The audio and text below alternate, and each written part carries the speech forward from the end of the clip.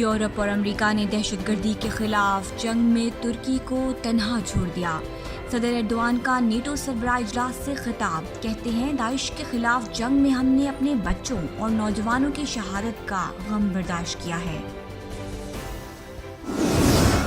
لاکھوں شامی مہاجرین کی میزبانی پر نیٹو ترکی کا شکر گزار ہے۔ نیٹو کے سیکریٹری جنرل جینس اسٹولٹنبرگ نے کہا کہ افغانستان سے فوج کی انخلاء کا مطلب ہرگز یہ نہیں کہ افغانستان کے ساتھ تعلقات ختم ہو گئے ہیں۔ صدر ایردوان کی نیٹو سربراہ اجلاس کے موقع پر عالمی رہنماؤں سے ملاقاتیں۔ امریکی صدر جو بائیڈن کہتے ہیں ترکی کے ساتھ مل کر خطے میں حقیقی خوشحالی کے لیے کام کریں گے۔ فرانسیسی صدر میکرون نے کہا کہ فرانس کی پالیسی کسی بھی مذہب پر حملہ کرنے کی نہیں ہے۔ پاک فوج کے chairman joint chiefs of staff committee general Nadeem Raza کا دورہ مصر، صدر عبدالفتاح السیسی سے ملاقات۔ مصری صدر نے کہا برادری اسلامی ملک کے ساتھ تعلقات کو خصوصی اہمیت حاصل ہے۔ پاک فوج کی پیشہ ورانہ مہارت کی تعریف، جنرل ندیم رضا کی مصر کی اعلیٰ عسکری قیادت سے بھی ملاقات۔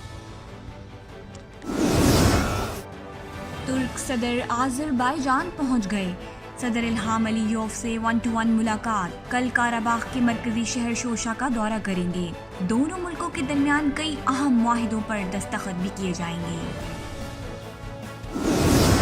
مصر کی عدالت نے اخوان المسلمون کے 12 رہنماؤں کی حتمی طور پر سزائے موت کا اعلان کر دیا، جبکہ اخوان کے سابق سربراہ محمد بدی کی سزائے موت کو عمر قید میں بدل دیا گیا۔ اخوان کے متعدد رہنما مرحوم صدر مرسی کا تختہ الٹ جانے کے بعد سے اب تک جیل میں ہیں۔